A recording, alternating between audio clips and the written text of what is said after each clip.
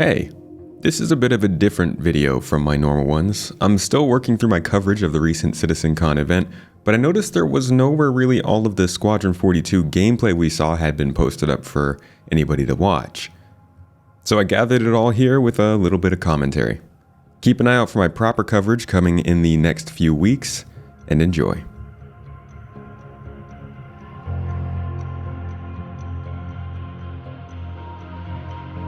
This first demo we got was of the FPS radar and scanning as well as interaction modules.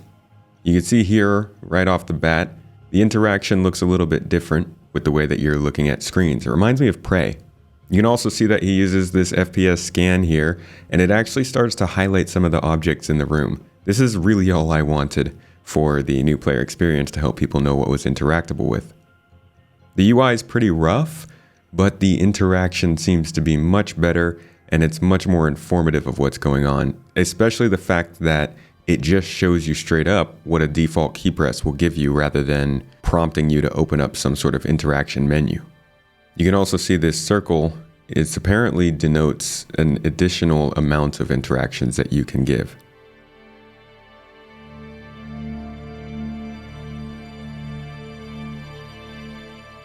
Now in this next example, you can see that they're scanning and getting those same wireframe UI components over people, objects, interactable access ways, and different things like that. It does seem like the effect is temporary to some extent as you scan again here and it pulls up that same label, but it's not really clear. I do hope there's a way to either make it fade off quickly or not make it appear at all if you decide on the specific HUD.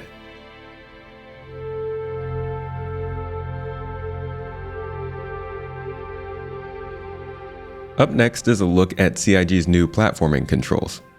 The interactions here that are seen are pretty normal, things you would see around a bunch of different types of games, but Star Citizen's never been great with movement. It's always been kind of frustrating to move around and interact with things in Star Citizen because it feels clunky, unfinished, and this seems to make things a little bit more polished.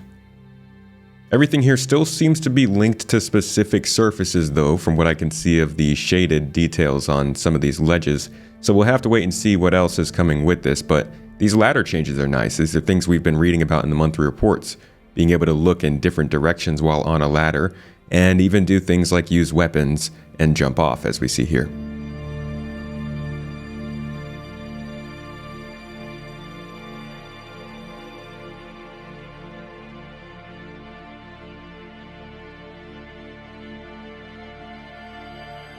At the end here, we do get a nice sneak peek at some Squadron 42 assets, which I imagine is one of the few space stations we'll get to see in that single-player game.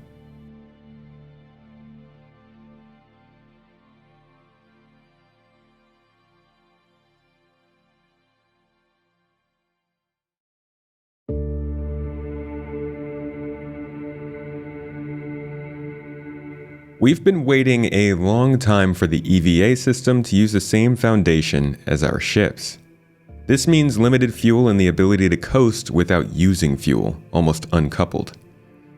Here you can see that grabby hands are now starting to be combined with a new animation set and a new EVA system to create what is known as EVA V2, combining the use of these new thrusters and a push and pull mechanic.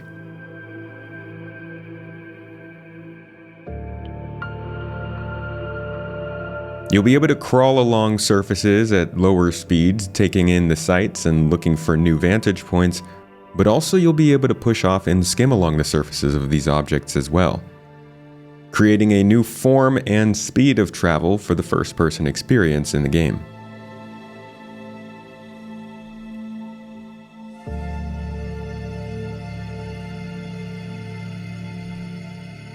Just like with the platforming we saw earlier, this is a much more polished form of movement, and it feels like it gives the game a lot more personality than what we had before.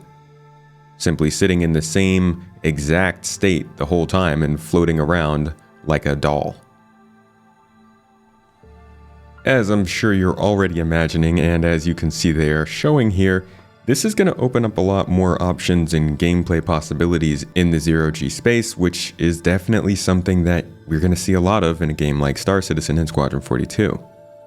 You can actually see here the ray casting technology that prepares your hands for impact on any surface you're going to collide with at your destination. And the way they describe it is that it will work for any surface, being a systemic system and not something that needs to be marked up for a specific area.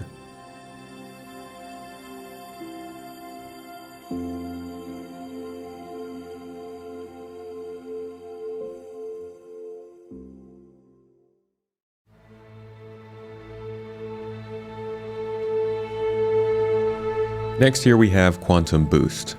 And first in this demo you can see some of the new HUD design here. It's actually outdated already as it was described as too busy, but you can see it's pretty close to what they had concepted for us a couple years ago. Now from the scan that was done here, you can see points of interest within about 20,000 kilometers in distance. This already shows us a bit of a different style of exploration in the game that's more based on the mid-distance rather than short distance as we've been scanning so far. Here a debugging and very early work in progress UI pops up for quantum boosting, which essentially allows for slower travel than quantum travel, but faster than your normal speeds. It will allow you to travel to mid-distance areas for a more free and quick way of traveling, but it requires some effort in maintaining your heading and offers a bit of a mini-game experience. For now, it ultimately seems to be a precursor to more meaningful near to medium distance exploration and traversal, but there are some complications that come with it that I'm just not so sure about, that we'll be talking about later in some of my other videos.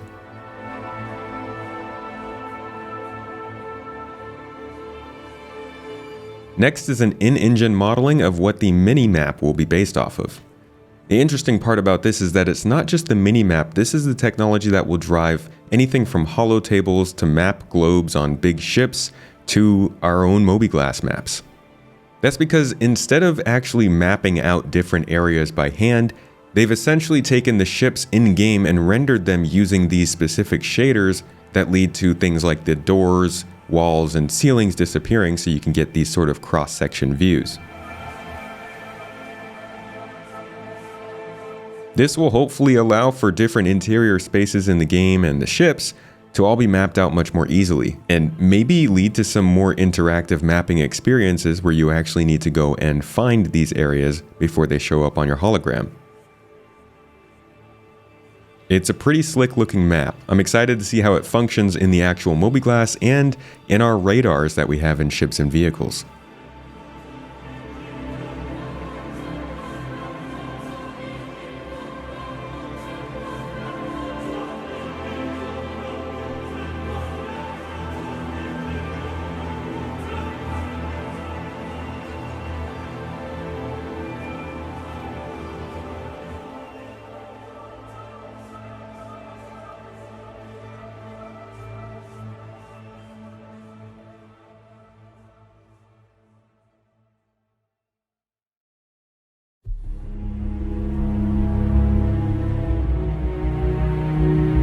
Another monthly report regular that we read about just about every month, AI working together, searching for a player.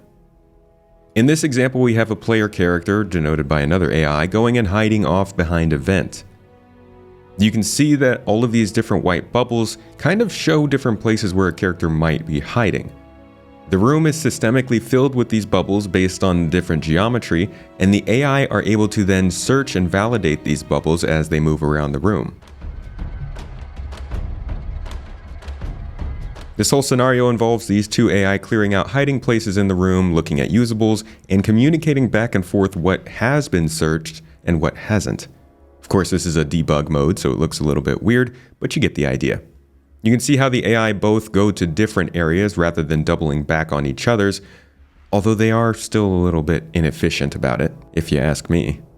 But you can also see that they don't necessarily go straight to the most obvious path. They make sure to eliminate all of the different areas in a room before moving on. This can provide some complications in different scenarios if you happen to have more AI in a room searching at the same time, or less. But this also may play into some of the traits we're going to look at next, and show you that maybe some AI don't search a room very well and will rush past before making sure you're not in there. So it really depends on who you're dealing with when it comes to different scenarios.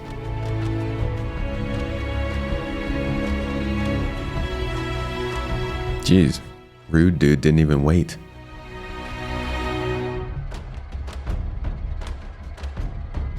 Now here's an actual gameplay example of the same thing.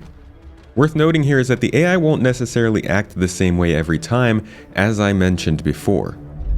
There are also other things that can play into how they find you, such as perception, audio distractions, and other things that we've been reading about in the monthly reports, and I'll probably talk about in my next monthly report next week. But just like the way that lights on or off may make it easier for you to be spotted, if there is less or more noise in the room, you may also be more easy or difficult to find. Now here we can see the AI both checking into this room and also looking again at another usable, the vent over here.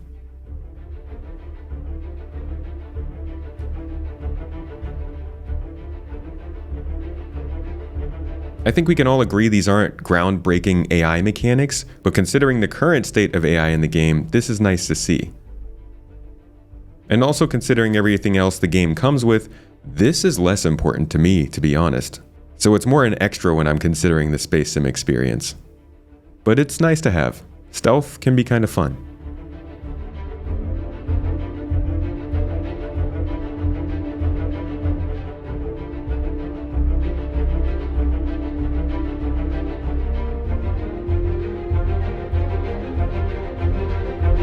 Next up, as I mentioned, is a similar demonstration with AI showing different traits that allow them to attack players in different ways. Here we have defensive, strafer, and a more aggressive AI, who clearly is just pushing straight up the front and will get knocked off real quick.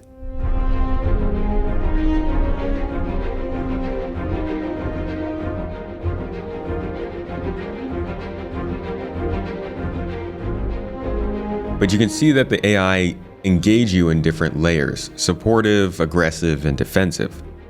These lead to different combat styles that will hopefully mix up your scenario every time you get into a game. And if they do manage to make these enemies come in different combinations in the same places, they could really vary the way that these scenarios play out for different players in the PU. Now we'll jump into a more in-game scenario. Keep in mind, these AI are meant to replace in a large part the AI that's already running in the game.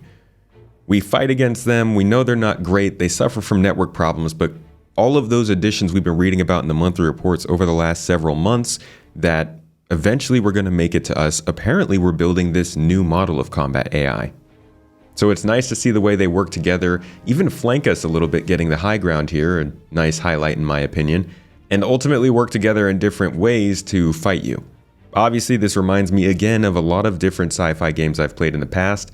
These aren't necessarily groundbreaking strategies for the AI to take, but the more complex and convincing they can be, the better. What I'll be interested in seeing is just how repetitive they really are in the way that they act.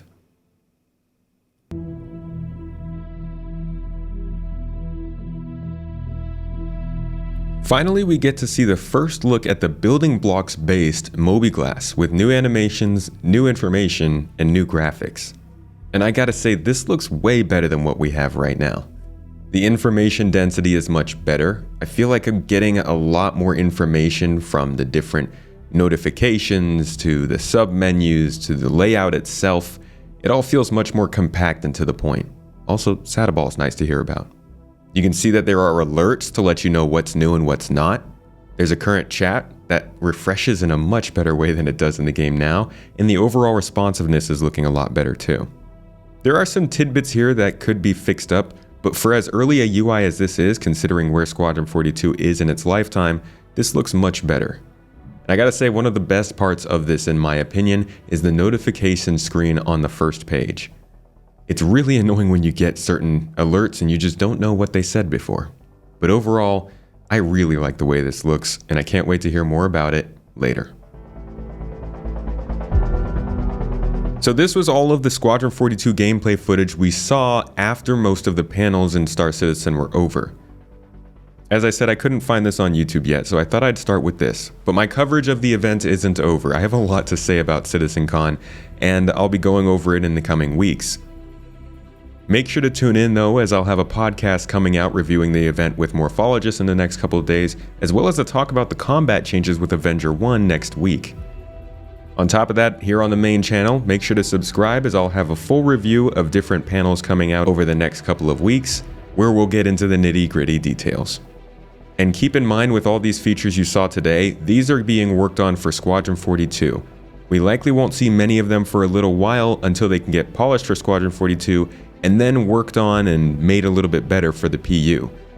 So if anything, expect these things to trickle in over time, but don't expect to see them anytime particularly soon. Anyways, I hope you learned something in this one, and I'll see you in the next.